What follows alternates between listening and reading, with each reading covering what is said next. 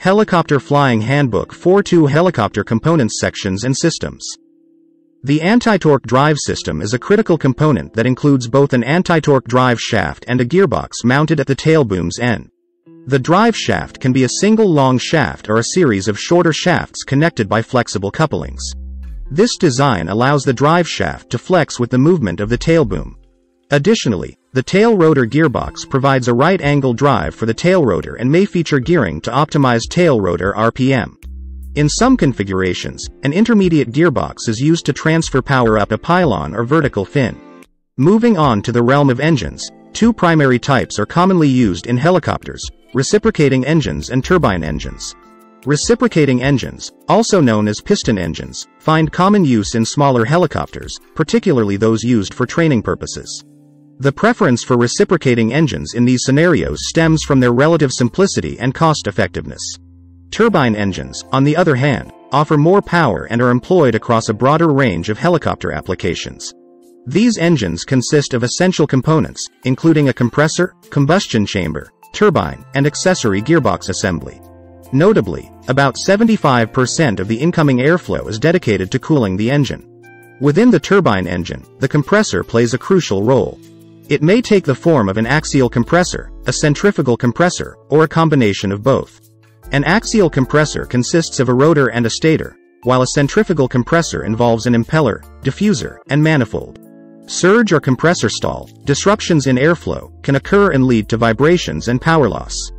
These issues can often be addressed by activating the bleed air system.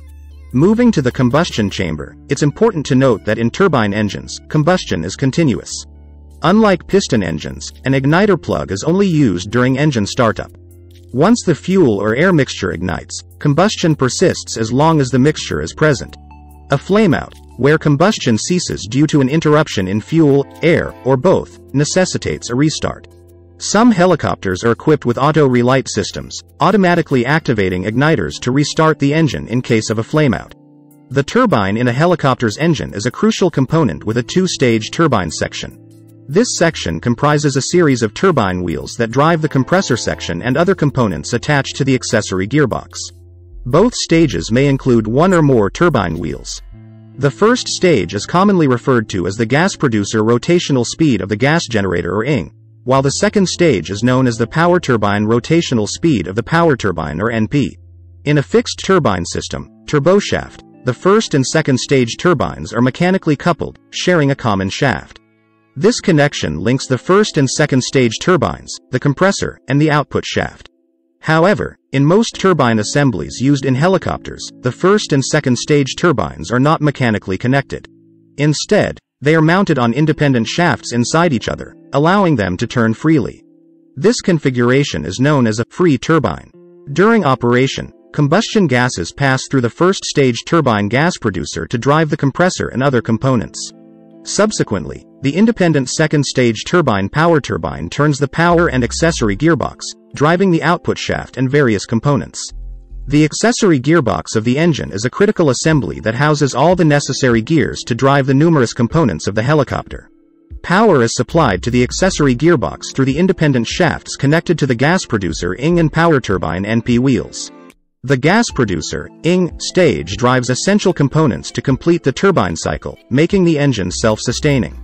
Components driven by the gas producer stage include the compressor, oil pump, fuel pump, and starter or generator. The power turbine NP stage is dedicated to driving the main rotor and tail rotor drive systems, along with other accessories like generators, alternators, and air conditioning. The transmission system plays a crucial role in transferring power from the engine to the main rotor, tail rotor, and other accessories during normal flight conditions. The main components include the main rotor transmission, tail rotor drive system, clutch, and freewheeling unit. The freewheeling unit or autorotative clutch allows the main rotor transmission to drive the tail rotor drive shaft during autorotation. In some helicopter designs, such as the Bell BH-206, the freewheeling unit is located in the accessory gearbox.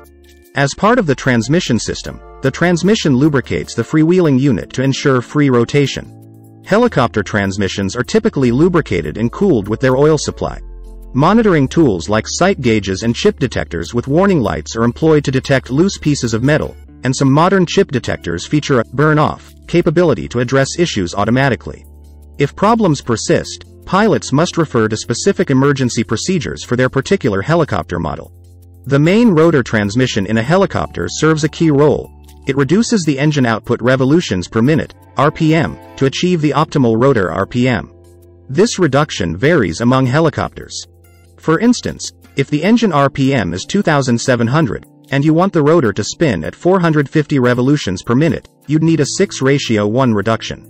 If you aim for 300 revolutions per minute on the rotor, then a 9:1 reduction is required. Now, let's talk about dual tachometers. Most helicopters use these instruments to display both engine and rotor RPM. It's crucial to understand that rotor RPM takes precedence, especially during clutch engagement and autorotation. In case the rotor tachometer fails, you can still indirectly determine rotor RPM by looking at the engine RPM, as the engine drives the rotor at a fixed ratio. They are dual tachometer gauges. The left ones have two needles each, marked T for turbine and R for rotor. The lower left gauge has two arced areas for the needles, representing normal operation when they are together. The top left gauge displays separate numerical arcs for engine and rotor RPM. In more modern aircraft with glass cockpits, the instrumentation is digital. For instance, the bottom right gauge in this visual replicates a vertical scale instrument, showing rotor RPM on the left and engine RPM on the right side. It also comes with corresponding color limits for each parameter. Now, regarding the structural design in helicopters with horizontally mounted engines, the main rotor transmission also changes the axis of rotation from the horizontal axis of the engine to the vertical axis of the rotor shaft. This is different from airplanes, where propellers are directly connected to the crankshaft. Remember, maintaining main rotor RPM is critical for generating enough lift during normal maneuvers. So, understanding the tachometer readings is not just about knowing where they are but comprehending the information they provide.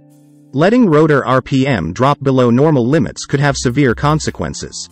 In the helicopter realm, the clutch plays a crucial role. Unlike airplanes, where the engine and propeller are permanently connected, in helicopters, they need to be separated. This is because the rotor, being heavier compared to an airplane propeller, would impose a significant load on the engine during startup. Enter the clutch, which allows the engine to start smoothly and then gradually take on the load of the rotor. For freewheeling turbine engines, they have a built-in air coupling between the gas producer turbine and the power, takeoff, turbine, acting as an air clutch during startups. This allows the gas producer turbine to rev up without the load of the transmission and rotor system dragging it down.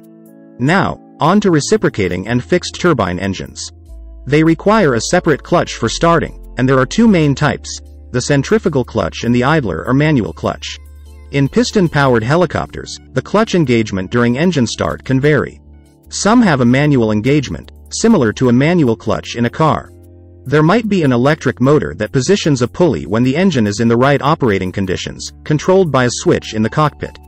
Belt drive clutches are used in some helicopters.